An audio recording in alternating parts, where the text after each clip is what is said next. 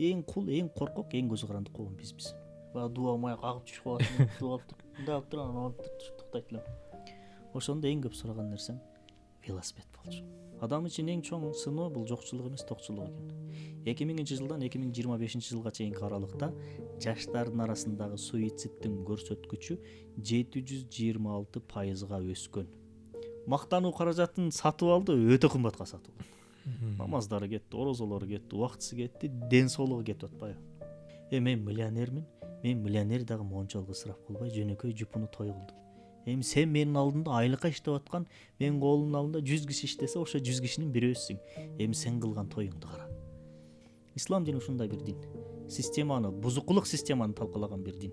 Бир дары болсоң, чук ичип алсаң, Аллах Таала ыраазы болуп калат, же сен илимдүү болуп каласың деген сыяктуу нерсеге каалап калдык да. Керемет күтүп калдык. Керемет күтүп калдык, мындай оңой болсун деп. Жок. Көпчүлүк адам ушул менин сөзүмдү тастыктайт. Чөнтөгүңдө азыр мисалы $1000 бар да. Макул 1000 сом бар. Ошо 1000 сомдун 100 сомун берип салгын.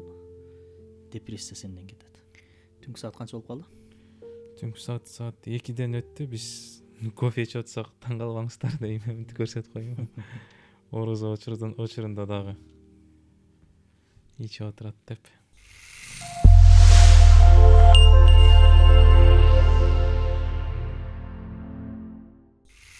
Ассаламу алейкум, урматтуу көрүүчүлөр. Кезектеги маегибизди, подкастыбызды баштап атабыз. Бүгүнкү биздин темабыз Кыргызстан түгөтүүчүлөр, башкача айтканда жеп ичип жаткан коомго айланып баратабызбы? Бактыбыз модадан көз каранды болуп калдыбы? Ысыраптан качан баш тартабыз? Качан чындап бактылуу, качан чындап эркин болобуз деген суроолордун алкагында маек курабыз. Бүгүнкү биздин коногубуз Мансурбек Канназар агайыбыз. Ассаламу алейкум, кош келиңиз. Ошол эле учурда менин өкүл атам. Айт. Өкүл атаң экенин айт, же уялдасың? Жок, айттым го. Дагы жолу. Ошол эле учурда өкүл атам. 5-чи өкүл баласы болом. Анда дароо эле суроодон баштай берсек, биз азыркы учурда жеке адамдар эркинбизби? Эркин жашап атабызбы? Ошол суроодон баштайлы. Эркиндик, Эркиндик. 21-кылымдын эң көп колдонулган сөзү тренд сөз. 20-21-кылымдын эркиндик, сөз эркиндиги, аялдардын эркиндиги укугу, балдардын эркиндиги укугу, эркиндик. Эркиндик деген эмне? Биз эркинбизби? Сыртынан эң эркин коом көрүнөбүз, бирок маңызында эң кул коом бизбиз. Эркин эмеспиз, тилекке каршы. Себеби ушундай. Мисалы азыр ошол түгөтүүчүлүк, ысырапкорчулук жаатында сөз болуп атпайбы? Маркетингдин курмандыктары, курманчылыктары. Мисалы мындай. Биз каалаганыбызды жейбиз, каалаганыбызды ичебиз, каалаганды кийебиз, каалаган машинаны айдай алабыз, каалагандай үйдө жашай алабыз, себеби биз эркинбиз деп атабыз да. Мисалы бирөө бир нерсе кылып атса, мен каалаганым жейм, каалаганым кийем, ишиң болбосун дейт да. Мен эркинмин дейт. Ошол адам эң кул адам, эң көз каранды адам. Кандайча? Биз каалаганыбызды жеп, ичип, кийип, айдап аткан адамбыз, бирок ошол каалаганымды деген тырнакчанын ичиндеги сөз биз каалаганды жеп ичпей атабыз тилекке каршы. Башкача айтканда дүйнөлүк түзүмдүн үстүндө тургандар, же болбосо жөнөкөй тил менен айтканда маркетологдор бизге берген, сунуштаган нерсени биз каалаган деп ойлоп алып атабыз. Биз эмнени колдонушубуз керек, жешибиз керек, алар көрсөтүп берет. Алар көрсөтүп атат. Мисалы жалпы эрежелер бар да. Мисалы кандай? Мисалы мен кийип турган могу жемпир менен джинсыны кийиш. Ким айтты буну? Джинсы менен жемпир кийилиш керек деп ким айтты мага? Ичине мындай бир чыгарып коюш керек деп ким айтты? Же болбосо көйнөктүн жакасы моундай болуш керек деп ким айтты бизге? Ким негиздеди, ким аныктады муну? Көйнөктүн жакасы жок болсо болбойбу мисалы да. Же могу жеңи эмнерден болсо болбойбу. Мисалы. Эң жөнөкөй бир мисал айта турган болсок, тамак жедик. Көбүрөөк тамак жеп алдык. Андан кийин бир аз кыйналып калдык. Эмне кылабыз? Биринчи ойго эмне келет? Жубашка чайнайбызбы же газировка ичебиз? Же сагыз чайноо ойго келет, же газдалган суусундук ичүү ойго келет. Газдалган суусундукка келебиз азыр. Сагыз чайноо биринчи оюбузга келди. Маркетке кирдик, дүкөнгө кирдик. Кайсы немени алабыз? Сагызды. орбит тирол башка жокпу? көбүнчө биз кезиктирген Эми көргөн ушул жерден сунуштаган ушул жерден башынан бир карап көрөлү. Биринчиден сагыз чайнош керек деген нерсени ким үйрөттү бизге? Биз эркин каалагандай сагыз чайнагыбыз келип атат да. Бирок бул сагыз чайноо оюн биз эркин тандай албай атабыз. Бирөөлөр көп жеп алсаң сагыз чайнашың керек деп туруп бизди ошол идеяга көз каранды кылып койгон. Бул бир. Экинчиси, эмне үчүн орбит тирол? Каалаганын баары эркин түрдө орбитти тандап алгандай көрүнөт. Жок, биз орбитке кулбуз, көз карандыбыз. Көп тамак жеп алсаң сагыз чайна, кайсы сагыз чайнайсың? Тирол орбит чайна. Бул бүттү. Газдалган суусундук ичүү. Көп тамак жеп алдык, газдалган суусундук ичиш керек. Буну ким айтты бизге? Ким үйрөттү? Сен айтканда чуркасак болот эле, айран ичсек болот эле. Аталарыбыз илгери көп тамак жеп алганда эмне кылышкан? Ат чабышканбы, кымыз ичкенби, эмне кылышкан? Эмне үчүн газдалган суусундук ичиш керек? Бул идеяны бизге ким тыкты? Мээбизге, башыбызга. Маркетинг жарына. Демек биз көп тамак жеп алсак эмне кылыш керек деген нерседе дагы көз каранды экенбиз. Ушунчалык колбуз, көп тамак жеп алганда да эмне кылышты билбейбиз. Тигилер айткан нерсени кылып атабыз. Газировка ичиш керек. Кайсы газды ичиш керек? Кола, фанта, спрайт. Айран ичсе болбойбу?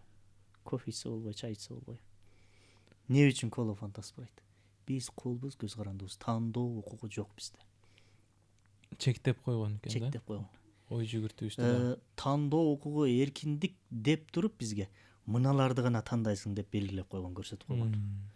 Кола ичпе, фанта ичпе, газировка ичпе десең сени караңгыдай көрүшөт. Жок, биз заманбап, биз эркинбиз, кола ичебиз, фанта ичебиз. Эң кул адам сенсиң. Эң көз каранды адам сенсиң. Эркиндик жок сенде. Адамзат коомун алып карай турган болсок, кул өлөөчүлүк коом өттү. Андан кийин феодалдык коом өттү. Кул жана кул өлөөчү. Феодалдык коомдо дыйкан жана жердин ээси. Андан кийин капиталисттик, бизде социалисттик немелер өттү. Ушул коомдордун ичинен эң кул болгон, эң көз каранды болгон доор биз капиталисттик доордун адамдары бизбиз. Айрыкча 21 кылымдын адамдары эң кулбуз. Кул өлөөчүлүк коомдогу бир кул, денеси кул болгону менен эркин ой жүгүртө алчу, эркин айлананы карай алчу. Анда тандоо укугу бар болчу. Биз денебиз эркин, каалаган жака басып тургандай көрүнөбүз визуалдык жактан. Бирок эң кул коом бизбиз. Маркетологдор мына сага бакыт берет, мына сага бактсыздык берет деди. Болду, андан чыга албайсың. Эң кул, эң коркок, эң көз каранды коом бизбиз. Эркиндик эмне? Мисалы, дегеле каалаганын кылуу, каалаганын ичүү, жанындагыга зыянын тийгизбөө, бул эркиндик деп үйрөттү да. Туурабы? Биз ошону эркиндик деп билебиз. Ошону эркиндик деп билебиз. Каалаганын кылуу, сенин кайсы сезимиң ошону каалап атат. Ичимдик ичким келип атат, каалайм ичем, каалабам ичпейм дейт. Эң туура эмес сөз. Сенин нафсың, шайтаның каалаганы үчүн ичип атасың сен аны. Сен мен эркинмин, эч кимге көз каранды эмесмин деш менен нафсыңа жана шайтаныңа кул болуп атасың. Эң кул сен адамсың, эң кул болгон адам сенсиң. Отуруп ал ыйла. Чыныгы эркиндик эмне? Чыныгы эркиндик, мисалы, мусулман болгондо биринчи ушул сөздү айтып атышпайбы? Ла илаха иллаллах. Ла жок деп атат да. Жок. Маркетологдун сунуштаганы да жок, отурукташып калган стандарт көз караштар да жок, традиция болуп калган калыптар да жок. Бир Алла бар. Алланын айтканын кылуу, Алланын дегениндей жашоо, бул чыныгы эркиндик. Чыныгы эркиндик. Бул көчмөндөрдүн жашоо образы эң чоң өзгөчөлүгү ушул да, эркин болушат да көчмөндөр. Отурукташкан, шаардашкан калктардын эң чоң айыбы бул нафстарына, шайтандарына көз каранды кул. Алар комфорттун ичинде жашаш керек, мындай көйнөк кийиш керек, мындай тамак жеш керек, мындай болуш керек. Көчмөн эмне? Көчмөн ал эркин, жада калса бир жерге байланбайт көчмөн. Ушунчалык эркин, бир кудайга сыйынат, бир кудайга баш ийет. Калган ушунчалык эркин ал, жада калса бир жерге байланбайт. Отурукташкан азыр эмне? Биз бир жерден квартира алдык, болду, ошол жерге көз карандыбыз, андан нары чыга албайбыз. Көчмөн эмне? Бүгүн эрте, эртең тиги жерде, эркин тиги жерде. Мындай ар кайсы жерде жашоо укугуна ээ, ар кандай жүрө алуу укугуна ээ. Көзү көргөн мейкиндик, бүт мейкиндик талаада, тоо, зоолор ошончолук эркин ал. Отурукташкан, шаардашкан эмне? Азыр сыртка чыгып тиктечи, көзүңө бетон көрүнөт. Бетон. Чектелип эркиндигибизден ажырап калганбыз. Фантазиядагы, жаратмандык, креативность дагы ошол жерден өлгөн. Демек, чыныгы эркиндик бул Аллахка кул болууда. Бүткүл дүйнө каршы чыкса дагы, бүткүл нерсе бултур эмес десе дагы, Аллах ыраазы болгон, Аллах кабыл алган бир ишпи болду кыла бересиң. Пайгамбарыбыздын дагы эң чоң өзгөчөлүктөрүнүн касиеттеринин бирөөсү ушул болуп атпайбы? 7-кылым руханият адамзат үчүн жат, өөн кишидей болуп калган бир доор. Аялдардын укугу тепселенген, кыз төрөлүп калса уялып барып топуракка көмүп салган, ар ким өзү кудай жасап алган, бирөө көңүлүнө жакпай калса башын ыргыта чапкан, ошондой бир көз караш калыптанып калган бир доорго келди дагы пайгамбар саллаллаху алейхи вассалам эмне кылды? Жалпы бир маркетингдик пропаганда бар эле да, ошонун баарына пайгамбар саллаллаху алейхи вассалам каршы чыкты да, бүт баарын жок кылды. Ошол жерден анан душман ашырды. Ислам динин жактырбагандар бар. Ошолор ислам дининен эң чоң жактырбагандардын бирөөсү бул эркиндик. Ислам дини эркиндик тартуулап салат. Ошол нерсе тигилерге жакпайт. Ошон үчүн каршы чыкты. Ошо жалпы система таңуулаган нерседен эркин болгон үчүн мусулмандарды дүйнөлүк коомчулук жаман көрөт экен. Анда дагы керектөө коомчулугу, анан түгөтүү коомчулугу деген бар экен да. Булар эмне, анан булардын айырмачылыгы кандай? Негизи жалпы керектөөчү деп эле которуп коюшкан да. Орусчада потребитель дейт, потребитель, керектөөчү. Бул негизи туура эмес котормо. Өндүрүлгөн бир товар болсун же бир тейлөө кызмат болсун, анын бир керектөөчүсү болот, экинчи түгөтүүчүсү болот. Мисалы, биздин жашообуз үчүн зарыл болгон нерселердин бүт баарысына биз керектөөчүбүз. Тамак аш, биздин негизги муктаждыктар, жеп ичкен нерселерибиз, кийимдер, жана башка. Тамак аштар бар, кээде түгөтүүчүбүз биз. Мисалы, эмне? Макарон. Макарон беле, макаронс беле? Макаронсу. Жанагы Таттуу. Өтө таттуу. Ал эми бир айда бир балким болоттур. Аялыбызга, апабызга алып, кыздарыбызга алып берип койсок. Бир айда бир баягы Шүгүр үчүн. Бирок ар 2 күндүн биринде эле макаронс жей берүү бул түгөтүүчүлүк. Сен макаронстун түгөтүүчүсүсүң. Биринчиден, ал ден соолукка пайдабы, жок. Тескерисинче зыян. Арзанбы, жок, өтө кымбат. Акчаңа дагы ысырап. Демек, адам Кудай Таалам акыл берген, акылы менен, парасаты менен, көз карашы менен ошентип бир тизмектеш керек экен да. Бул нерсеге мен керектөөчүмүнбү же түгөтүүчүмүнбү? Батыш каалайт түгөтүүчү болуубузду. Могу социалдык тармактар, медиа, бүт бар магнаттар, ошонун үстүндө тургандар, башкаруучулар биздин түгөтүүчү болушубузду каалайт. Мисалы, могуну мен канчага алдым? Сомго айландырганда бир 2000-3000 миңге алдым окшойт. Тиги сырттан алдым. Эми ушул эле жемпирдин моерине бир дүйнөлүк бир марканын атын жазып койду. Сапат деле ушундай эле, неме жиби деле ушул. Эми 1000 кымбат, 1000 бренд болсо деле баары ошо пахтанын жибин колдонот, же синтетиканы колдонот, туурабы? Же жибектикин колдонот. Андан бир Марста өскөн өсүмдүктүн немесинен тикпейт да. Ошол эле пахта, ошол эле немелер. Болгону тигиш бир аз жакшыраак болушу мүмкүн. Ошол эле машинкада тигилет, ошол эле адам тигет. Болгону мынерге бир бренд марка жазып коет. Мен ушуну 2000-3000 сомго алдым, мисалы. Мага 4000 алдым. Мынерге бир неме жазып койгон болсо, марка, ушул 40 миңге чыгат. Мен муктажмын мага. Мага керек бул. 3000 сомго алып, мен керектөөчүмүн буга. Бирок мынерге бир бренд жазып коюп туруп, бир марканы жазып коюп туруп, мага сунду эле. Мен аны алып кийип атам, эмне болуп атат? 10 эсеге чыгып атам, 40 миңге. Батыш үчүн бир эле жемпирди өндүрүп мага 4 миңге саткан пайдалуубу, же бир эле жемпирди өндүрүп туруп 40 миңге саткан пайдалуубу? Албетте 40 миңге саткан пайдалар. Чыгымы экөөнүкү бирдей эле. Бирок 40 миңге саткан пайдалуу. Эмне үчүн? Мен бул жерде жемпир сатып алган жокмун. Мен ал жерде мактанууну, авторитетти, кандайдыр бир деңгээлде бир өзүнчө бир статусту сатып алдым. Бирок 1000 статус сатып ал, 1000 бренд сатып ал, баары бир башкаларды таң калтыра албайсың азыркы коомдо. Таң калтырыш өтө кымбат, өтө кыйын болуп калды.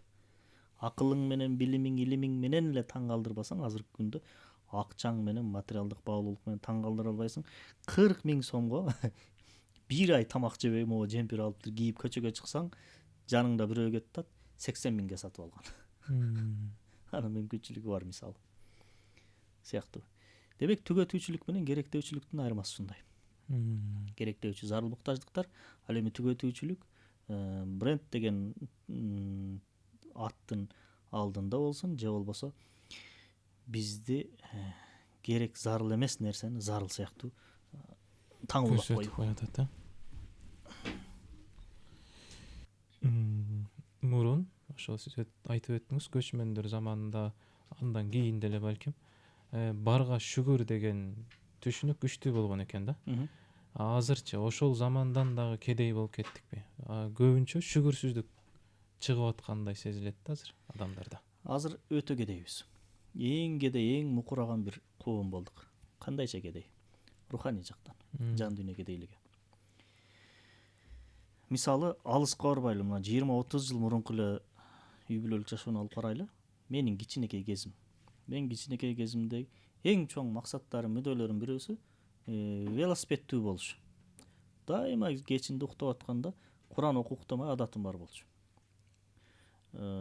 Аятал күрсүн окуйт элем дагы, жатып алып туруп мынтип жатасың да капталың менен. Аятал күрсүн окуп туруп, мындай кылып туруп дуа кылбайт элем. Мындай кылып дуа кылат элем. Баягы дуа маяк агып түшүп калат, дуа кылып туруп, мындай кылып туруп анан алып туруп туктайт элем. Ошондо эң көп сураган нерсем велосипед болчу. Велосипед деп туруп 11-класста биттим. Жетпедим. Студент болдум, жетпедим. Иштедим, жетпедим. Дагы эле велосипедим жок менин. Дагы эле жете элекмин. Кээде карап, велосипед терип кетип аткандарды карап туруп, велосипед алып койсомбу деп коем да, баягы эми балалык немени. Азыр эми алсам ала алам велосипед. Азыркы күндөгү мисалы менин балдарым, же деги эле азыркы ошо кичинекей балдарды карасаң, велосипедке жетиш оңойлуу болуп калды.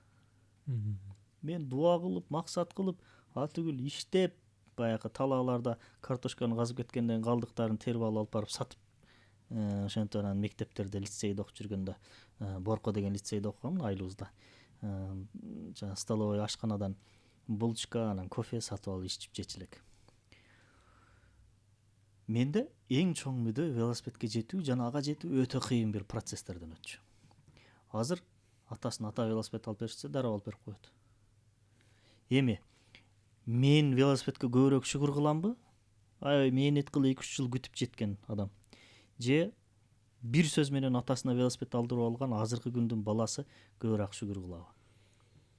Мурунку учурда албетте көбүрөөк шүгүр биз мен кылат, шүгүр кылам кыялданып, көбүрөөк. максат кылып аран жеткен нерсеге. Канчалык кыйналып жетсең, ошончолук баалуулугу өсүп атпайбы сенин назарыңда? Азыркы күндө бир айтты алып берип койду. Эртең ал курбусунан дагы бир жакшыраак велосипедти көрсө, ал велосипед ага бактылуулук эмес, тескерисинче бактсыздык берет. Башкача айтканда, азыркы күндө биз жокчулуктун айынан эмес, токчулуктун айынан бузулуп баратабыз. 80-90 жылдарда ажырашуунун көрсөткүчү азыркы күнгө караганда бир төп эле аз болчу. Азыр ар бир 5-чи адам ажырашып атат, 5-чи үй бүлө ажырашып атат. Эмне үчүн? Характерлерибиз төп келишпей калды. Эмне үчүн? Бүт баары бар. Адам үчүн эң чоң сыноо бул жокчулук эмес, токчулук экен. 2000-жылдан 2025-жылга чейинки аралыкта жаштардын арасындагы суицидтин көрсөткүчү 726%-га өскөн.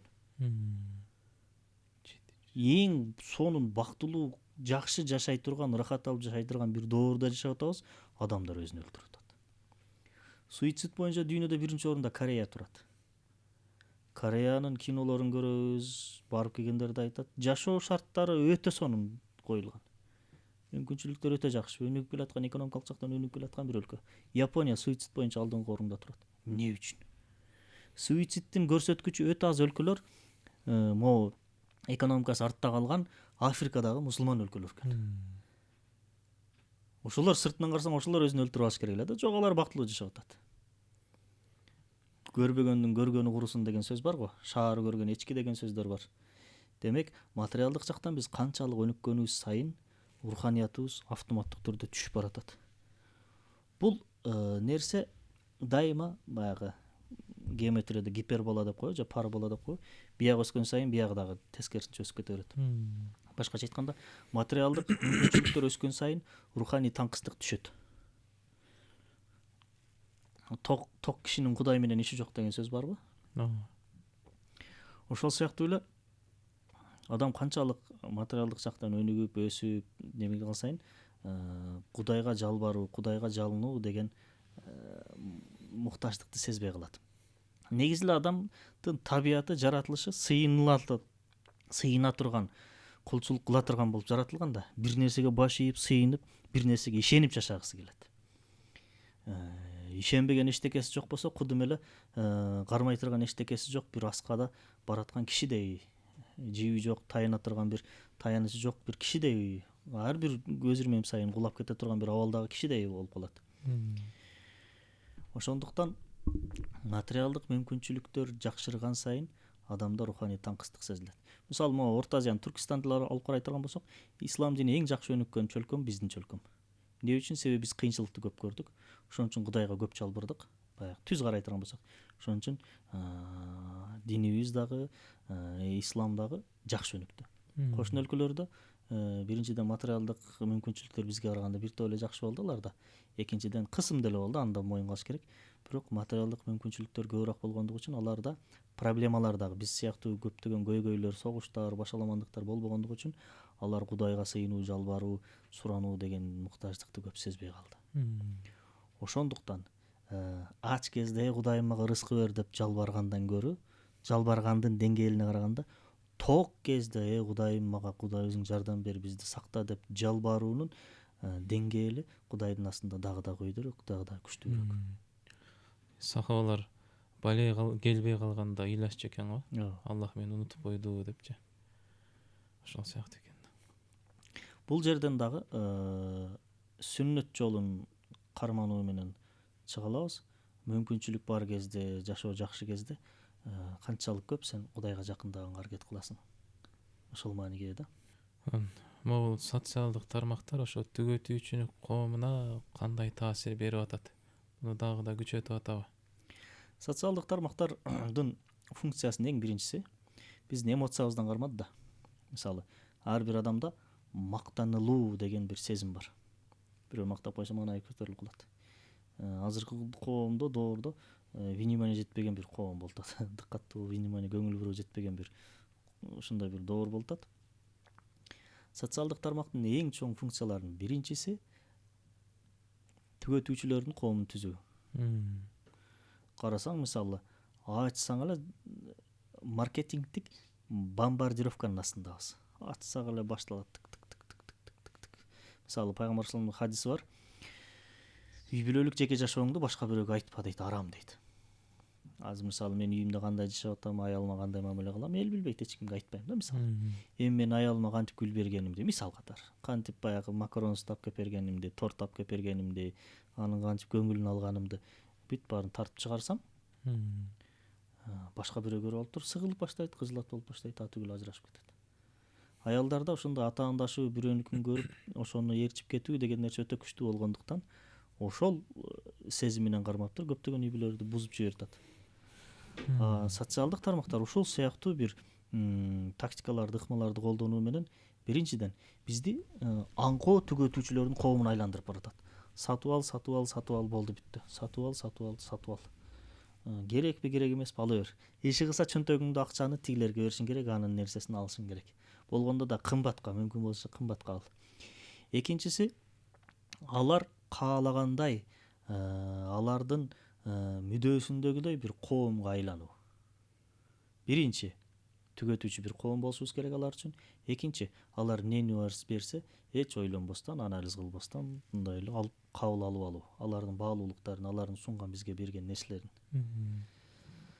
Сыяктуу. Ошондуктан 21-кылымда баарыбыз кул болуп калышыбызга эң чоң кызмат кылган платформа бул социалдык тармактардын платформасы.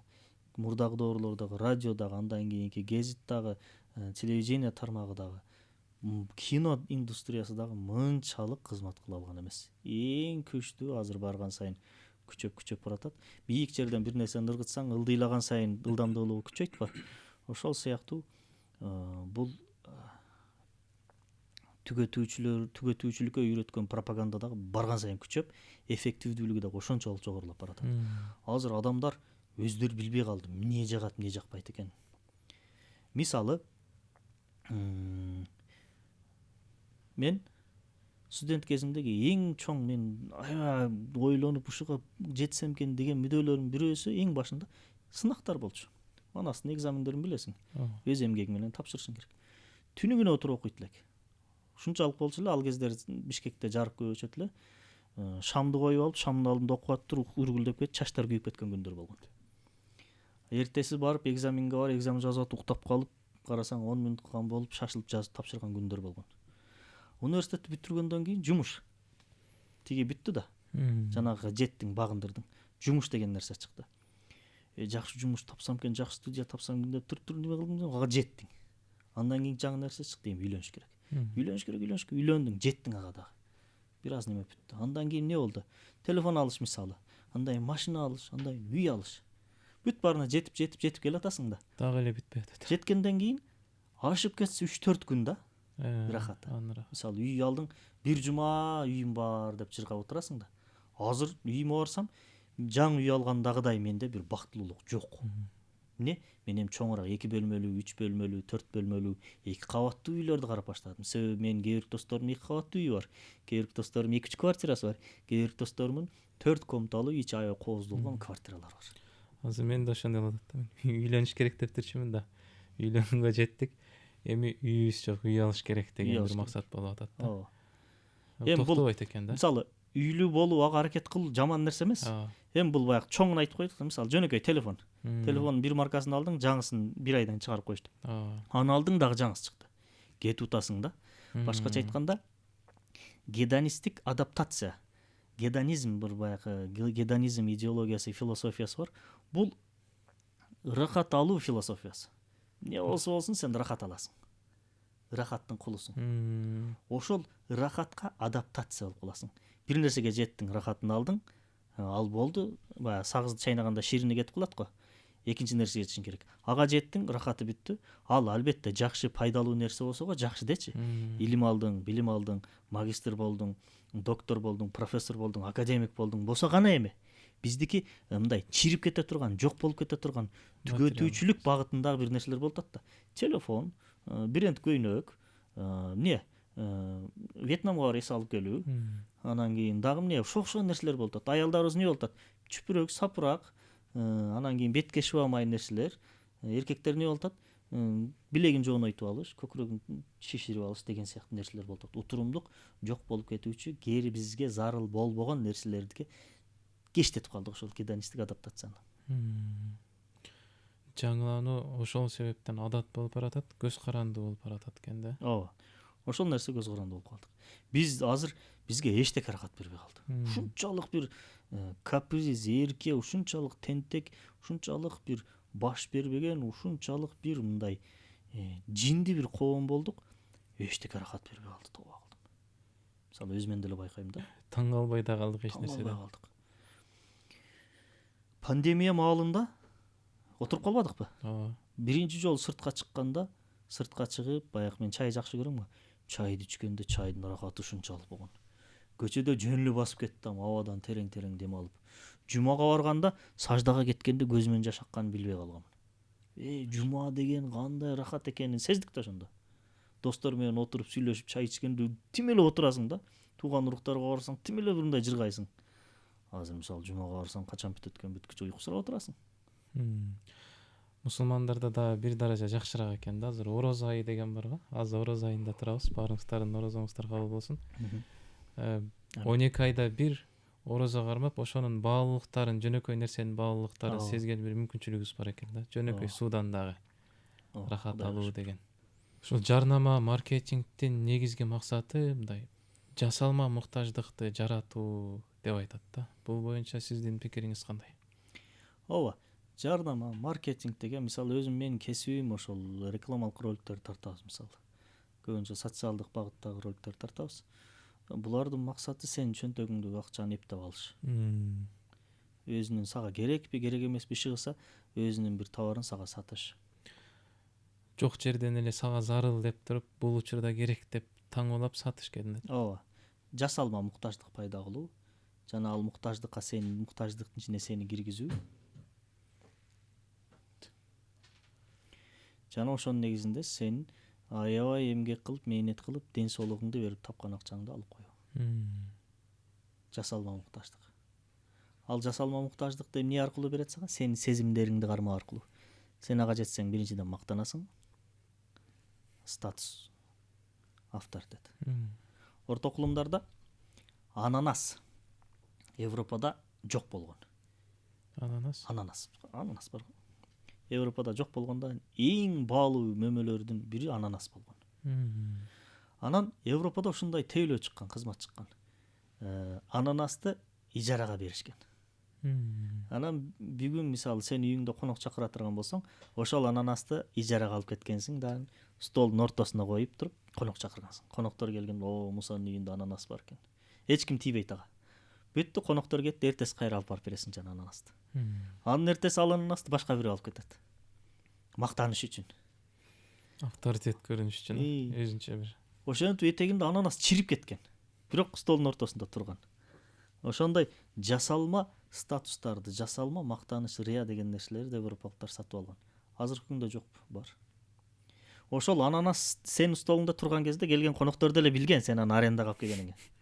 Бүт баары эле билип эле турат. Анан сыртынан жасалмалуулук. Азыркы күндө деле ананас бар. Биз кийген баягы бренд кылып кийген кийимдерибиз ананас. Биз көтөргөн телефондор баягы муктаж болбогон, зарыл болбогон телефондорубуз, бренд марка телефондор ананас. Биз айдаган машиналар баягы кыймылдаткыч күчү өтө чоң болгон, мындай статустун байлардын айдай турган машинасы деп аталган машиналарды айдоо. Азыркы күндө ананас. Биз ошондо сиз айтып аткан нерселерди чөнтөгүбүздөн артып калып аткан үчүн алып аткан жокпуз. Бир жасалма мындай авторитет кылыш үчүн алып атабызбы? Ооба. Чыныгы байлар мактанбайт. Кээ бир карасаң, кээ бирки байларды билем мен, аябай байларды билем чириген. Айдаган машинасын карасаң биздикиндей эле. Ал машинадан ашып өтүп, машинаны А чекитинен Б чекитине жете турган каражат катары гана карап калган бир адам ал. Муктаждыкты чечүүчү. Ал ашып өттү ал мурда эле. Көпчүлүк эмне болуп атат? Машинаны жеткизүүчү каражат эмес, статус катары колдонот. Статус катары. Бирок кээде болот, мисалы чоң ишкерлердин арасында айдаган машинасы өтө кымбат болбосо, башкалар аны менен иштешкиси келбейт. Мажбур түрдө кымбат машина айдашат алар байкуштар. Ал адамдын өзүнө койсоң, ал фит менен деле жүрө берет. Ага бул жерден бул жерге жетсе болду. Чыныгы байлар ушундай мактанууга муктаж эмес булар. Мактанганга аракет кылып, өзүн көрсөткөнгө аракет кылып кыйналгандар кайра эле айланып келип жанагы байкуштар. Мактануу каражатын сатып алды, өтө кымбатка сатып алды. Намаздары кетти, орозолору кетти, убактысы кетти, ден соолугу кетип атпайбы?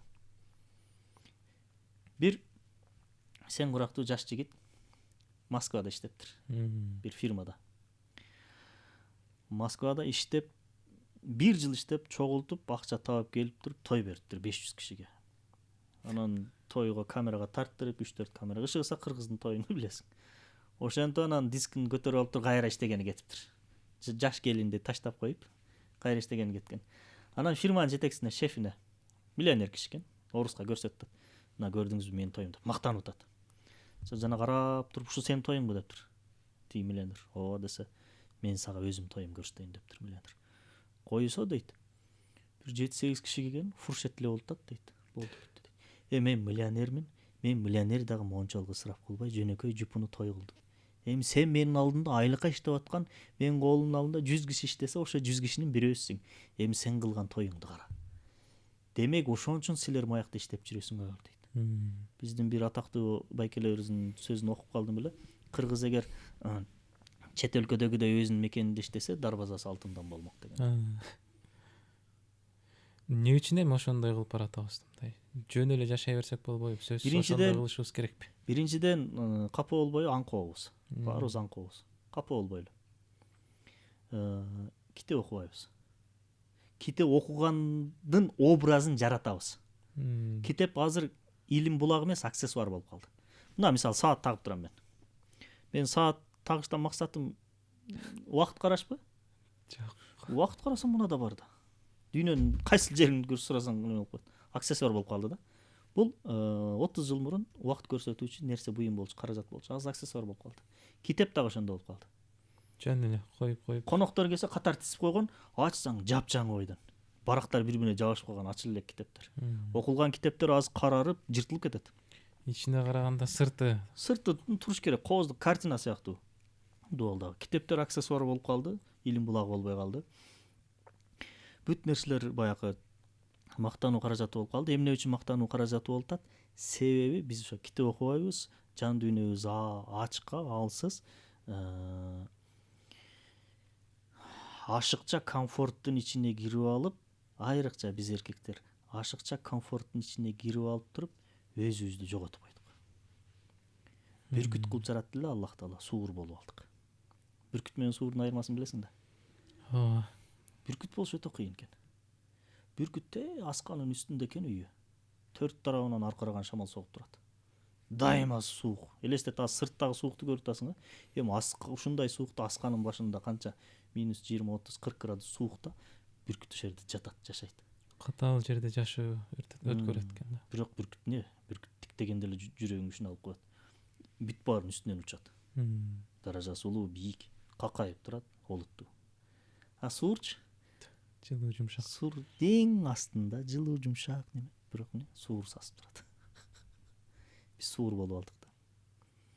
Эркекти Кудай Таалам үйдүн ичинде отуруп алып, мынтип жылуу жумшакта бала чака аялдарың менен мынтип жашап, тынч, кичине курсак байлап жаша деп жараткан эмес Аллах Таала.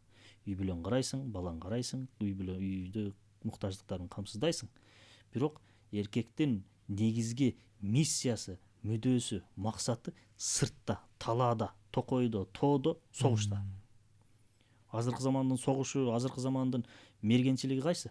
Сыртка чыгып иштейсиң, эмгек кыласың, үй бүлөң муктаждыгын камсыздайсың, андан ашканын коомчулукка, мамлекетке, үммөткө керектүү нерселерге жумшайсың. Эркектин негизги милдети ошол. Аялыңы, балаңы багып эле жашай бер деп жараткан эмес Аллах Таала. Пайгамбар салламдын хадиси бар ооба. Нафака деп коет. Турак жай менен, кийим кече менен, тамак аш менен камсыз кылуу. Бирок ушуларды гана аткарыш үчүн жараткан эмес. Бул мындай эле нерсе, 10% эле нерсе. А негизи 70-80% үммөткө, мамлекетке, жалпы адамзатка кызмат кылыш керек эркек киши. Ал үйдө бала чаканы карап ал катындардын иши. Сыртыбыздан карасак сакалдарыбыз бар, билектерибиз мындай таш жарлайын деп койгон, үндөрүбүз каркырап, өзүнчө мындай ахиллес болуп калганбыз. Бирок характер, мүнөзүбүз суур. Түрктөрдүн немеси жагатта бир атактуу же көрүнүктүү бир адам чыкса, ал тууралуу көптөгөн мындай маалыматтар, докладдар жазылат да.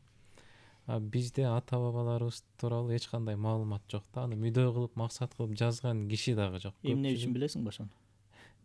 Ошону сурайын. Түрктөрдө империялык өтмүшү бар. Анан булар колониялык жашоону жашабады. Биз тилекке каршы колониялык жашоону жашап калдык. 1862-жылы орустар Ташкентти басып алды, жөөттөрдүн жардамы менен. Алым кулаталык орустарга каршы согушту, бирок чыккынчылык менен өлтүрүлдү дагы. Орустар кирип келди дагы.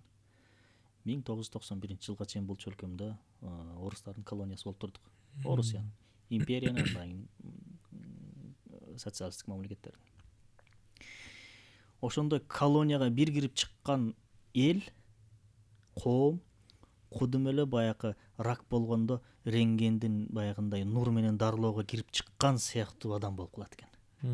Рак болгон адамды неме кылат го, баягы нур менен дарылайт го. Ошонун чачтары, сакалдары түшүп, иммунитети өтө түшүп кетет. Өлүп деле калат, көтөрө албай. Ошол сыяктуу бир колонияга кирип чыккан коом да ошол сыяктуу. Өзүнүн кимдигин, эмнелигин, негизги өзөгүн жоготуп коюшат. Биз тилекке каршы ошондой бир коом болдук. Бирок бизде ислам болгондугу үчүн бир даража иммунитет бар болду да, туруштук бердик. Ислам жок болгондо анда могу якут, тува, чукчалардай болмокпуз. Көздөрү жыпшык, кыргыз эле фактура, бирок аттары Георгий, Иван. Бирок азыр ошол колониядан чыктык да. Бир дагы эле ал колониянын ордун ашказан колониясы ээлеп калды окшойт. Ошол баягы өзүбүзгө келе элек руханий таңкыстык маалда руханиятка бир салымдар болуп жасалгаланып неме болду. Бирок ошодон толук баягы калыптана элек кезде анын үстүнө үстөккө босток болуп пропагандалар басып кетти. Бирок ушуну унутпаш керек. Башынан бери биз кулбуз деп атабыз, бирок ушуну унутпаш керек. Мисалы, Хэллоуинде 5-6 бетин жинди кылып боёп алган жаш кыргыз балдарды карап, же болбосо 8 мартта тизелеп сүйлөшкөн кызына гүл берген бир эки жинди жаштарды көрүп алып эле үмүтсүзгө түшпөш керек. Бул коомдун ичинде Түркистан болсун же ислам дүйнөсү үммөт болсун же түрк дүйнөсү болсун, коомдун ичинде кармаган жеринен суусун чыгара койгон, бүтүндөй үммөттү көтөрүп кете турган, бизди жаркын нурга алып бара турган көптөгөн жаш жигиттер, улан кыздар тарбияланып келатат. Балким кээ биркилери ошондой үммөткө кызмат кыла турган, мамлекетти көтөрө тургандар балким убактылуу адашып клубтарда же бир ичкен жерлерде, ошондой жерлерде жүргөндүр убактылуу. Анан алар дагы баягы өзүнө келип, өзүнүн баягы негизги образына кайткан кезде эч ким токтото албай турган бир агымдын бир бөлүкчөсү болушат. Бүткүл системага каршы чыккан адамдар чыгат. Бар. Негизи биздин биринчиден динибиз жана биздин иденттүүлүгүбүз ошондой. Динибиз не деп атат? Пайгамбар саллаллаху алейхи келгенде эле баягы бузукулукка каршы чыкты. Ислам дини бузукулукка каршы чыгат. Эмне үчүн ислам динин жаман көрүшөт? Себеби бүткүл бузукулукту жок дейт, токто дейт. Мисалы бир тайпа, бир группа болсо, бирөө бүт баарын уруп аткан болсо, ичинен бир адам чыгып туруп, токто, биз эмне үчүн сенин таягыңды жешебиз керек десе, баягы адам биринчи ошону жок кылыш керек болот, туурабы? Себеби өзүнө талапкерлер чогулуп туруп, тиги системаны талкуулайт. Ислам дини ушундай бир дин. Системаны, бузукулук системаны талкуулаган бир дин. Сыртынан пропаганда кылып атышат, терроризм деп атышат, радикализм деп атат, исламизация ыйлап атышат, боздоп атышат, чыдабай атышат. Эмне үчүн? Себеби алардын жалпы дүйнөлүк бузукулугун, системасын ташталкан чыгарган бир система ислам дини. Тарыхтарда далилденген. Ошол эле кезде биздин түрк тилдүү элдерди деле карасаң, качан 2-3 адамдын башы бириксе, бир дөөлөт куруп алып туруп, ошол доордун эң күчтүү державаларын талкалаган. Метахан, Мөдөшаны деп жүрөт. Кытайды канча жолу талкалады. Ушулардан коргонобуз деп Кытай сепилин курушту кытайлар. Атилла Европаны титиретти элестет. Европаны басып алган кол башчылар ким бар?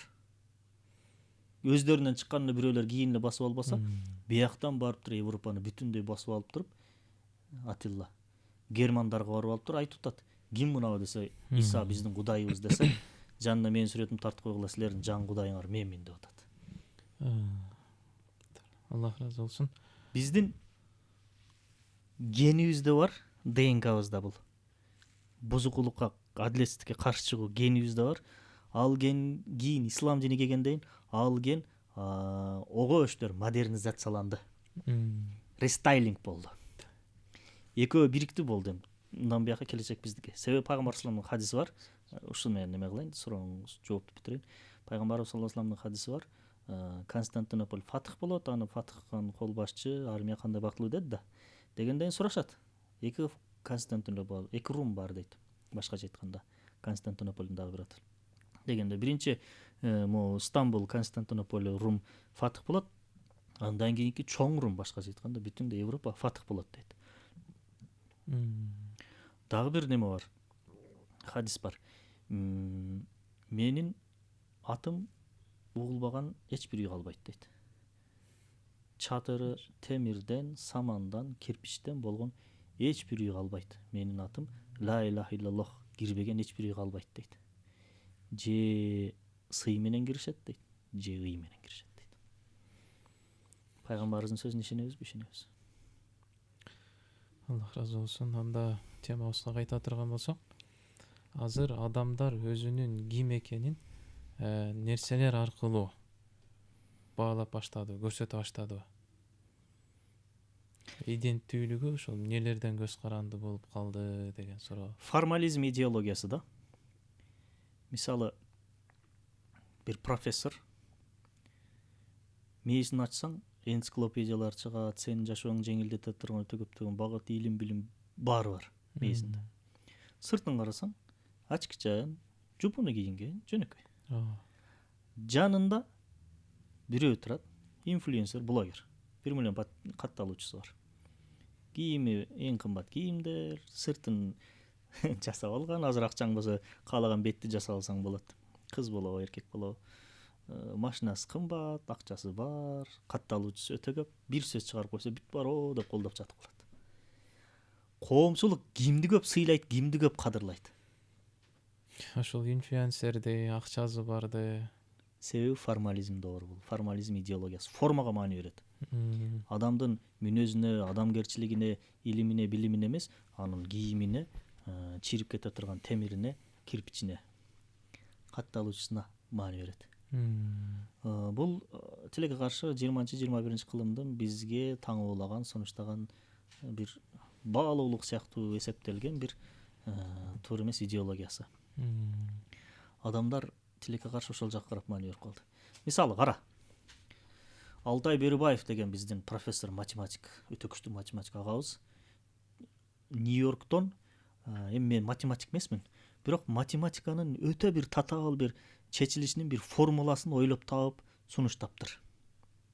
Математика жаатындагы өтө чоң бир ачылышты кылыптыр Алтай Берибаев. Кыргызстанга келди. Ким укту? Эч ким уккан жок. Бир мушкерибиз бирөөнү бир комолото чаап келдилер эмне? Үй квартира бердик. Дагы бир балбан кызыбыз бирөөнү көтөрүп чаап келди, үй квартира бердик. Баарыбыз кол чаап жатып калдык. Эми макул, эми алар эмгеги мээнети менен жетип атат, аларга биз кызганычыбыз жок. Бирок коом жактан алып караганда эмне үчүн Алтай Берибаевка деле тигилерге бергендей бир баалуулуктарды берип койбойбуз да? Белектерди.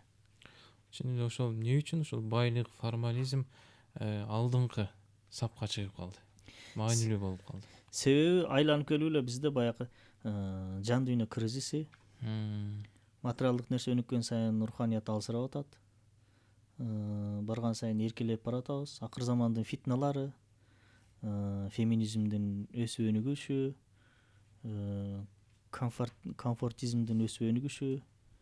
Бир мисал айтайын, Алькатрас деген түрмө бар да, аралда. Алькатрас, Америкада. Качыш керек болсо океанды сүзүү аркылуу качып өтүшөт. Алькатрас түрмөсүндө эң шарты катаал түрмө. Бирок ошол жерде комфорт бар экен. Не? Ысык суулар бар экен. Душта дагы, кол жууган бүт жерде ысык суу бар экен.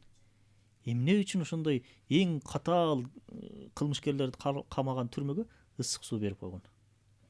Себеби качам деген мүдөөнү койгон адам күндө ысык душка түшө берсе, денени ысыкка, комфортко, жылуулукка көнүп баштады. Анан качыш үчүнчү мээни тоңдурган жана муздак суудан сүзүп өтүш керек да. Аякка жакындаганда эле суунун муздактыгынан коркуп, жана ошентип жүрө берет. Биз дагы ошондойбуз азыр. Жанагы суукка, катаалга, мындай түйшүк, мүшкүл, оор нерселерге чыккандан коркуп калдык. Кылыбыз келбейт, жалкоо. Ошол жерде мокоп кеттик дагы, анан барган сайын утурундук, жанга жакын нерселер менен алек болуп калдык. Негизи мусулман эркек эмне болуш керек? Мусулман эркектин мүдөөсү мекенин артынан жүрүп өлүш болуш керек эле негизи. Биздин эмебиз ошол. Халид бин Валид разияллаху анху өлүм төшөгүндө жатат экен. Денесинде дейт бир таза жери жок. Бүт кылычтан алган жараттар. Өлүп атып турган ыйлаптыр.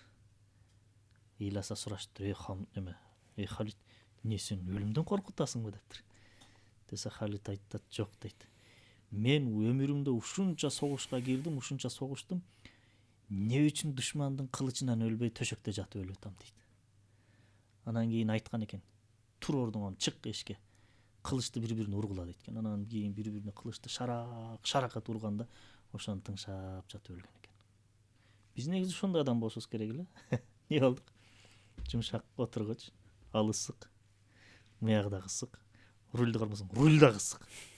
Азыр жаңы машиналарды карасаң, рульнан бери ысыйт. Ал болду, майып, ал инвалид, мүмкүнчүлүгү чектелген адам.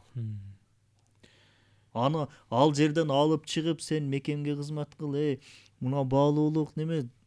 Ал үчүн мындай руханият жат кишиде болуп калган. Ошол адам менен Куранды түшүнөбү, Курандын акыйкатын түшүнөбү. Окугусу келбейт, үйрөнгүсү келбей. Ошон үчүн багымдат маалда таңга маал туруп даарат алып намаз оку деп парз болгондун бир себеби ушул. Ислам дини сени комфорттон чыгарып турат. Бир күндө 5 маал Кудайга сыйынышың керек. Бир жылда 1 ай ачка жүрүшүң керек. Бизди мындай айбан болуп кетпей, адам кылып кармап турган. Ооба. Акчаң көбөйүп кетти, беришиң керек. Аялдарга эмне? Аялдар күйөөң экинчи катын алса чыдап баш ийишиң керек. Бүт комфортторду талкалайт да. Эмне үчүн? Өзүбүз үчүн эле. Эгер ал нерселерди алып салса, нафс, шайтан ушундай неме?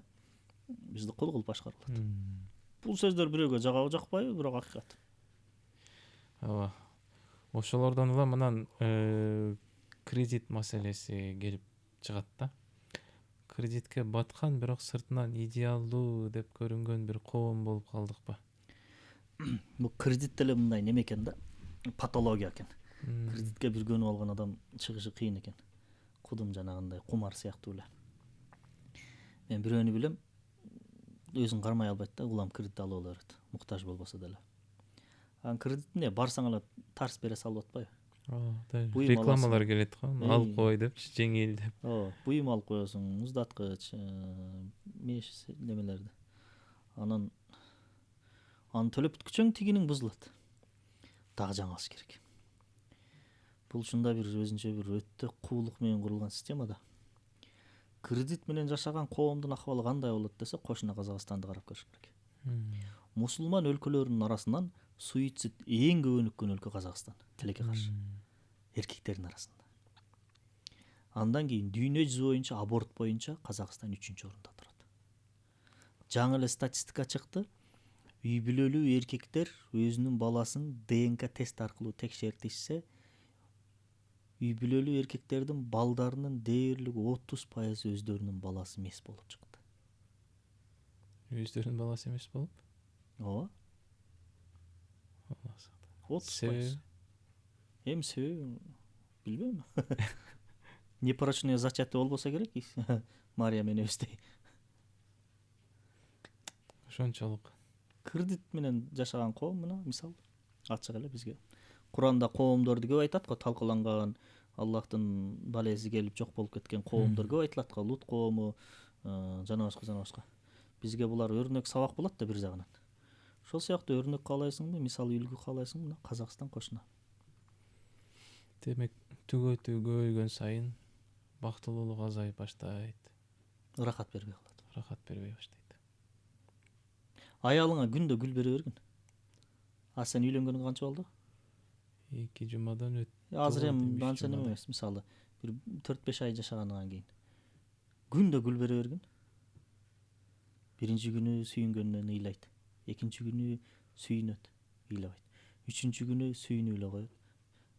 Биринчи күндөр ая статустарына чыгарып, жаным аркы берик деп. 10-чу же 20-чы күндөрү рахмат деп коет. Же сенин көңүл чындап коет. Сенин айылың жаман болгон үчүн кандай кылбайт? Эркек деле адам деле ошондой. Бир баалуулуктун, рахаттын үзгүлтүксүз болуусу ошонун баасын түшүрүп берет. Биз суолчу адамдар ушундай жаратылганбыз да. Ушундайбыз. Ана дагы бир суроо, ошол эмне үчүн жөнөкөй карапайым жашоо уят болуп баратат? Суроолор мындай. Жаман башкача суроолор болду да. Ошо мага да таң калыштуу болуп кетип атат. Сааттар 2 болсо. Эгер моонун ичи бош болсо, сыртына көп маани өрүп калат. Адамдын интеллектиси, илим билими, ыйманы канчалык күчтүү болсо, утурумдук өтүүчү нерселерге анча маани бербей баштайт. Бул деген иштебей коет, неме кыл, жок, ал нерсени Кудай Таалам парыз милдет кылып койгон. Мындай карасаң, профессорлор же өтө илимдүү аалымдарды карасаң, кийингенин карасаң, жупуну. Элим не дейт, уят менен иши жок. Жок. Бул баягы ислам дининин берген эң күчтүү бир баалуулугу да. Сен Алла эмне дейт? Аллага бул нерсе жагабы жакпайбы деген мүдөө менен жашашты үйрөтөт да. Башкача айтканда, ислам дини жанагы бүткүл маркетингдик системаны талкалап сындырып атат да. Эрдогандан жакшы сөзү бар. Батыш бизди өтө жаман көрөт дейт, ислам дүйнөсүн. Бирок биздин акчабызды эле жакшы көрөт дейт. Эмне үчүн Батыш дайыма ислам өлкөлөрүн 19-20 кылымдарда басып алып келген? Себеби биринчиден кен байлыгын ташып кетиш керек болгон. Экинчиден алардын өндүрүшүн сатып ала турган базар керек болгон буларга. Аңкоо сатып алуучулардын коому керек болгон. Ошол эле Африканын түндүк тараптары, араб мамлекеттери, андан бери келе берсек, Түркстан чөлкөмү, Малайзия, Индия жактар бүт баарыбыз эмне кылдык? Европанын, Орусия империясынын экономикасын көтөрдүк. кен байлыгыбызды алар алып кетет, анан кийин өндүргөн алардын өндүрүшүн унчукпастан түгөтөбүз. Ушул нерсени сындырган, жокко чыгарган Курандын бир аяты бар. Жегиле ичкиле ысырап кылбагыла дейт. Сионизм, европалыктар, европалык дегенде бүт баары жаман эмес, баягы бузукулукка, бүткүл жамандыкка кызмат кылган европалыктарды айттым. Бул бүтүндө эмес, ошолордун бир бөлүкчөсү. Булардын эң жаман көргөн аятынын бирөөсү ошол жегиле ичкиле ысырап кылбагыла. Бул аятты мен окудум, ишендим, жана ага баш ийип ошого жараша жашап баштадым. Не кылтам? Мен үчүн бренд жок. Ла илаха иллалла деп атам. Бир Алла бар, Алладан башка эчтеке жок. Эмне жок? Бренд жок, комфорт жок, мактануу жок. Жанагы куру мактанып мардаймай деген нерселер жок, рыякорлук жок. Бир Алла бар. Амалыңарда Алланын ыраазычылыгы болуш керек. Алланын ыраазычылыгы болуш керек. Анын элчиси кулу ким? Мухаммед саллаллаху алейхи вассалам. Мен Алланы ыраазы кылып, Мухаммед саллаллаху алейхи вассаламды ээрчип үммет болуп жашайм. Дегенде тигилердин өндүрүшү, экономикасы негизги рычагы талкаланып кетет да. Бойкот да ушул жерден чыгып атат. Ошондой көз караштагы адам жөнөкөй жашайт да. Эмне үчүн жөнөкөй жашоо уят болуп калды дедиңби, не дедиң суу? Ооба, жөнөкөй жашоо мында уят болуп калды. Ушул нерселерди, ушул баалуулуктарды түшүнбөгөн адам үчүн жөнөкөй жашоо уят болуп калат. Эң маданиятсыз, эң билимсиз, илимсиз, эң караңгы адам жөнөкөй жашагандан уялат. Кудум эле жанагы ананас мисалында күлдүк го, мисалы күлкүлүү окуя да. Өзүнүн көчүгү жыртык, анан ананасты арендага алып барып столуна коюп, кайра барып тапшырып аткан сыяктуу да. Караңгылык да ал. Өзүнүн пикири, ою, көрүшү, иденттүүлүгү жок. Жок, кул ал. Мисалы, Европада дагы бир нерсе болгон. Чириген тиштер мода болгон Европада. Кимдин тиши канчалык чирсе, ошончолук авторитет болгон. 90-жылдар бизде баягы тиштерин жалтыратып алтын салып алган мода болгон го. Тиши жакшынакай эле агалар эжелер деле тиштерин буздуруп алтын тыгып алган. Ошол сыяктуу эле Европада чириген тиштер мода болгон. Эмне үчүн? Себеби кимдин тиши көп чирисе, ошол шириндик көп жейт деген көз караш пайда болгон. Шириндикти ким көп жейт? Акчасы көп. Демек бул тишинин чиригенине караганда акчасы көп бай экен деп туруп тиштерин чиритип жүргөн. Азыр деле ошондой элебиз. Тишибиздин чиригени менен мактанабыз. Туура. Буга чейин да учкай токтолуп кеттиңиз, анан дагы кененирээк ошол бул түгөтүүчүлүктүн үй бүлөгө тийгизген таасири тууралуу да бир аз айтып кетсеңиз. Түгөтүүчүлүк үй бүлөнү ажыратып атат азыр. Кандайча? Аларга биринчи максаты алардын маркетингтердин ажырашкан үй бүлө керек. Мисалы, сен барсың, аялың бар, буйруса бала чакалуу болосуңар, 4 балаңар бар. Кудай сактасын, 4 балаң бар, аялың менен жашап атасың. Сага канча муздаткыч керек? Бирөө. Телевизор канча керек? Бирөө. Килем бирөө керек, диван бирөө керек. Жанагы духовка бирөө керек. Кудай сактасын, ажырашып кеттиңер. Сага 2 үй керек. 2 муздаткыч керек. 2 килем керек. 2 кондиционер керек. Сенин муктаждыгың 2 эсеге өсүп атат. Башкача айтканда, муздаткыч өндүргөн фирма сага бир муктаждаткыч сатып эле ошентип отуруп калгандан көрө, экөөңү ажыратып коюп туруп, аялыңа бир, сага бир муздаткыч саткан аларга пайдалуураак болуп атат. Ошон үчүн сени ажыратканга аракет кылып аталар. Жасалма муктаждык пайда кылуу дегендин бир немеси ушул. Ажыратуу, бузуу, талкалоо максаты. Тамеки өндүрүүчүлөр деле ушул неме менен башталган. Тамеки өндүрүүчүлөр башында 1920-30 жылдарында карап ойлонду дейт. Караса эркектер чегет, аялдар чекпейт. Анан сүйлөшкөн дейт, токто. Биздин клиенттердин, кардарлардын жарымы жөн эле жүрөт экен, ысырап болуп атыптыр. Буларды деле чектиртип, буларга деле саталы. Сатууну 2 эсеге көбөйтөлү. Кандай кылабыз? Аялдарга чектиртиш керек. Аял киши тамеки тартуу христиан дининде, ислам дининде эмес, христиан дининде өтө бир уят, өтө бир төмөн нерсе болгон. Не кылабыз? Эдвард Барни деген маркетологдордун атасы, маркетингдин атасы. Ошону чакырып келгенде ал ойлонуп отуруп, мындай кылабыз деген. Не кылабыз? Эң атактуу аялдарды аянттарга чыгарып тамеки тарттырабыз. Мерлин Монролор чыгып элдин алдына жүрүш жасаган. Марш жасашкан, тамеки тартып. Аялдар чыгып алып туруп, атактуу аялдар, актрисалар, театрдын актрисалары атактуу болгон да ал кезде. Биздин тилде айтканда инфлюенсерлер чыгып алып туруп, биз эркин, биз каалаганы кылабыз деп, жиндилер, башы жоктор анан элдин алдына чыгып тамеки тарткан. тамеки тартканда анан берки жинди коом анын коом бүтүп барып ошентип тамеки ошентип тартып кетишкен баары дейт. Миллиондогон аял рактан айланып өлдү. Миллиондогон аялдардын боюндагы балдар майып, инвалид, келе сооган коо псих болуп төрөлдү. Ошол Эдвард Барнинин өзүнүн аялы өпкө рагынан өлгөн. Ошол сыяктуу үй бүлө ажырашса буларга пайдалуу. Ошон үчүн ажырашууну пропагандалоо азыркы кезде феминизм аркылуу бир себеби дагы ушул. Бир себеби, көптөгөн себептер. Бул нерселер албетте үй бүлөнүн фундаментин, пайдалуулун бузуп атат. Жана айтпадыкпы, мынчалык немелер коом ажырашкан эмес тарыхта. Рахмат. Эми жаштарга кайтып келсек, ушу түгөтүүчүлүк коомдун жаштарга тийгизген таасири жаштардын баалуулуктарын өзгөртүп атабы? Жаштардын баалуулуктарын өзгөртүп атат, бирок эми аны айтпаса деле түшүнүктүү. Баалуулуктарды өзгөртүп атат, көз караштарды, жашоо стандарттарын өзгөртүп атат. Бирок ушуну унутпай кетиш керек да. Көпчүлүк Z мууну, анан кийин булар тигиндей мындай деп бир ушундай неме болуп атат. Ооба, жаштардын арасында интеллект аябай түшүп кетти азыр. Жаратмандык аябай түшүп кетти тилекке каршы.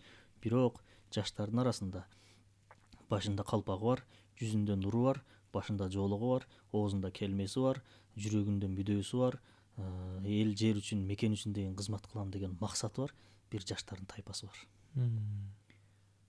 Булар анча-мынча нерсеге багынбайт, сынбайт. Куткаруучулар ушулар. Иншалла. Тигилер ушулар талкалаганга аракет кылтат.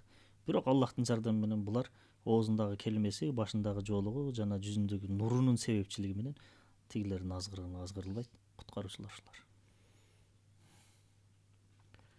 Адам негизи тойбойт экен да. Адамдын мындай алкымы качан тоет? Мунун жетиштүү делген деңгээли барбы? Мисалы, бул каалоолордун баары Кудай Таала тарабынан берилген да, эң негизгиси. Мисалы, бул дүйнөдө 1000 миллионер болсоң дагы ашып кетсе 1,5-2 чыны лагман жейсиң. 10 чыны лагман жей албайсың. 1000 бай бол, 1000 метр квадрат үйүң болсун, бир четинде эле жатасың. 1000 метр квадратта мынтип жата албайсың да. 1000 бай бол, 1000 күчтүү бол, ашып кетсе 4 катын аласың. Аны эч ким ала албайт. 1000ден 10 миңден 1. Мисал катары айттым да, эркектердин эң жактырган нерселер. 1000 бай бар, 1000 миллионер бар, 1000 кымбат машина алып, өзүң эле айдай аласың. Бир мезгилде 5 машина айдай албайсың да. Демек, бул каалоолор, бул талаптар кандырылбай калып кетет да. Демек, бир жер бар, ал каалоолор кандырылат, ал каалоолор аткарылат, ал талаптар ишке ашат. Бирок бул жерде эмес, Ал кайсы жер Бейиш? Бейиште канча чоң жер шарынчалык бир участок берилет дейт. Анан алтындан, хрусталдан сарайлар берилет дейт. Балдар, сүттөр дарыялардан агып турат дейт. Алманы бир тиштесең башка даам, 2 тиштесең башка даам дейт. 70 миң хури дейт, не дейт, бүт бар дейт. Бул биздин каалоо талаптардын бар болуусу биринчиден Бейиштин бар экендигине далил боло алат экен. Экинчиден ал кандырылбай калып кетсе, Аллах Тааланын адыл деген исми чагылбай калат экен. Аллах адилеттүү да, ар бир муктаждыкты берүүчү да. Демек ал башка жакка калып атат экен. Болгону биз ошо кээ бирки каалоолорубуздун чегин аркы дүйнөгө калтырып турушубуз керек экен. Бул дүйнөдө кайсы сезимибизди толук кандыра албасак, тиги дүйнөдө ошол сезимибизди эң мыкты, эң улуу даражада кандыра алабыз, тойгозо алабыз. Демек, бул жактан ал сезимдерибизди тойгузабыз деп, ара болбой эле коюшубуз керек экен. Баары бир тойбойт экен.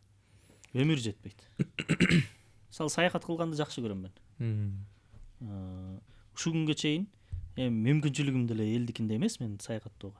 Бирок барган жерлерим Мекке, Медине болду, Түркиянын кээ бир жерлери болду, Өзбекстан болду, Казакстан болду, Малайзия болду, Сингапур болду, Индия болду. 7 жерге барыпмын. Дүйнөдө дагы канча жер бар бара турган. Картаны карасаң башың айланат. Малайзиянын дагы бир эле шаарына бардык, Сингапурдун да бир эле жерине бардык, Индиянын бир жерине бардык. Мен каалайм бүт баарын көрүп чыксам дейм да. Өмүрүм да жетпейт, убактым да жетпейт, акчам түгеле жетпейт. Демек, бул сезим калып кетет да. Аны каякта иштетем? Иншалла тиякта иштетем. Насип кылса. Аллах насип кылсын баарыбызга. Эми ушул түгөтүү деген жок болсо, биз эмне жок болуп кетебизби, биздин экономикага зыяны барбы, эмне үчүн ушул түгөтүүнүн артынан жүрөбүз дагы эле? Түгөтүү экономиканын генератору эмес. Түгөтүү экономиканын талкуулоочу бир система. Түгөтүүчүлүктүн артынан жалкоолор, бекерпоздор, мамлекетке нааразы болуучулар пайда болот. Мамлекеттин эшигин карап отура берип, мамлекет жардам бербей атат, мамлекет каякты карап атат деген аңкоо эркелерди пайда кылат.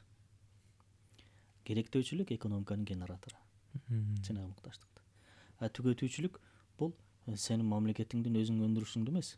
Бул түгөтүүчүлүк еврейдин жана батыштын товарларын алып, аларды байытасың. Башкача айтканда, өзүңдүн улуттук экономикаңды тигиге огош көз каранды кылып атасың. Биз азыр көпчүлүк жерде айтылбаган сионизмдин күчтөнүшү жана дүйнөнү мүмкүн болушунча колуна алып, өзүнө кул кылып ала турган бир системага кызмат кылып атабыз түгөтүүчүлүк менен. BlackRock деген сыяктуу дүйнөлүк корпорациялар бар. Биз көрүп аткан бүткүл дүйнөлүк деңгээлдеги бренддер баары ошого биригет. Булар миллионер дагы эмес, миллиардер дагы эмес, триллионер. Булардыгы триллион деп эсептелет капиталы. Сыртынан карасаң буларга эч ким күчү жетпегендей. Бирок Аллах Тааланын күчү бүт бар. 18 000 ааламды оңой эле башкарып койгон Аллах Таала. BlackRock эмне болуп калыптыр, сионизм эмне болуп калыптыр Аллах Таалага. Ошондуктан түгөтүүчүлүк бул улуттук экономиканы талкуулоочу система. Генератор эмес. Аллах разы болсун. Анда ушул түгөтүүчүлүк коомчулуктан чыгуу жолу барбы? Ысырапкорчулуктан мындай чыныгы бакытка кантип жетебиз? Чыныгы эркиндикке кантип жетебиз? Качан жетебиз? Ушул тууралуу бир айтып берсеңиз. Эми ошол нерселерди брендин дагы алып көрүп атабыз, бүт баарын алып жеп көрүп атабыз, колдонуп көрүп атабыз, кийип көрүп атабыз, дагы деле бактылуу болбой атабыз да. Азыр дүйнө жүзү боюнча антидепрессантка болгон талап канча? 150% өсүп кетти деп ошондой дейт. Барган сайын түрдүү психологиялык оорулар чыгып атат. Демек бул нерселер бизди бактылуу кылбайт экен. Бизди чыныгы бактылуу кылган рухубуздун азыгы.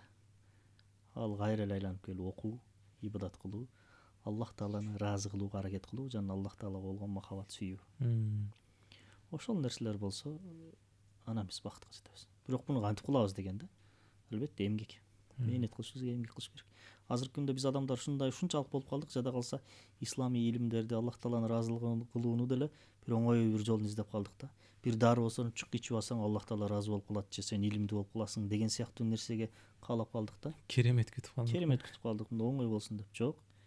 Баалуулук канчалык жогорулаган сайын ага жетүүнүн машакаты да ошончолук күчтүү болот. Жана анын берекеси да ошончолук күчтүү болот. Сен оңой жеткен нерсени оңой чыгарасың колдон. Кыйналып, шашпай жеткен нерсени жай чыгарасың. Бул эмне дегендик? Албетте күнүмдүк илим бизге тартуулоочу, жан дүйнөбүздүн азыгы болгон китептерибизди токтотпой улантабыз. Китеп окуйт десе эле бир каяктагы эле бир нерсени окуй бербей, Аллах Тааланы тааныткан, пайгамбарды тааныткан пайдалуу китептерди. Чоң аалымдардын китептерин дагы көбүрөөк.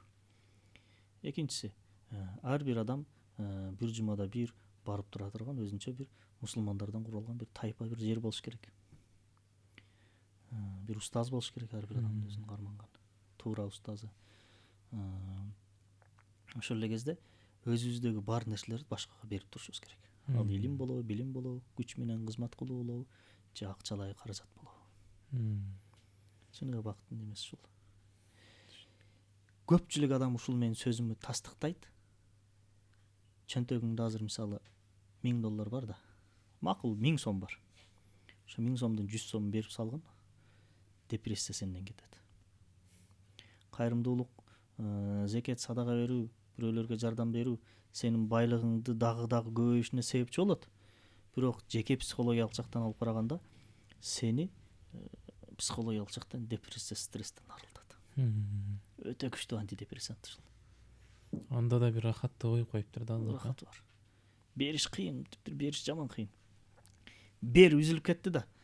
Анын соогун элестетесиң, аны алгандан тиги канчалык даражада жыргап атат. Албетте аны бирөөгө мактанбайсың. Ичиңен ойлонуп, мояңдан бир өзүнчө бир мындай жылуулук, нур пайда болот. Анан ал акырын чоңоюп сен тоңуп калган жан дүйнөңдү, муз болуп калган руханиятыңды акырын эритип жумшартып жан дүйнөңө бир шамчырак жагып коет. Бирөөнүн муктаждыгын чечип берүүдө, бирөөгө жардам берүүдө да андак бир рахат коюп койгон экен. Дофамин коюп койгон экен. Аллах разы болсун. Келип ушунча маек куруп бергениңизге. Алла разы болсун. Түнкү саат канча болуп калды? Түнкү саат 2-ден өттү. Биз кофе ичип атсак таң калбаңыздар дейм, мынтип көрсөтүп коеюн. Орозо очурунда дагы ичип отурат деп. Анда Аллах разы болсун. Эгер дагы бир калып кеткен ой пикир сөздөрүңүз болсо, айтып кетсеңиз. Бул тема менен боюнча бир 2 күн 3 күн токтобой сүйлөсөң деле түгөнбөйт. Кыскасы айтарыбыз, маркетингдин кулу болбой, Аллахтын кулу болойлу. Рекламанын кулу болбой, Аллахтын кулу болойлу. Комфорттун же болбосо жан дүйнөгө жаккан нерселердин кулу эмес, Аллахтын кулу бололу. Ошол негизги ачкыч ошол. Аллахка кантип кул болот десек, учка айтып өттүк, жана изилдөө, илим аркылуу кул болобуз. Анда ушунча убактыңызды бөлүп келип бергениңиз үчүн Аллах разы болсун. Биз дагы акырын коштошордук. Анда ушуну менен биздин берүүбүз дагы акырына келип жетти. Эгер пайдалуу болгон болсо, жакты деген белгини басып, бөлүшө кеткенди дагы унутпаңыздар. Ассаламу алейкум, рахматуллахи ва баракат. Орозоңуздар кабыл болсун.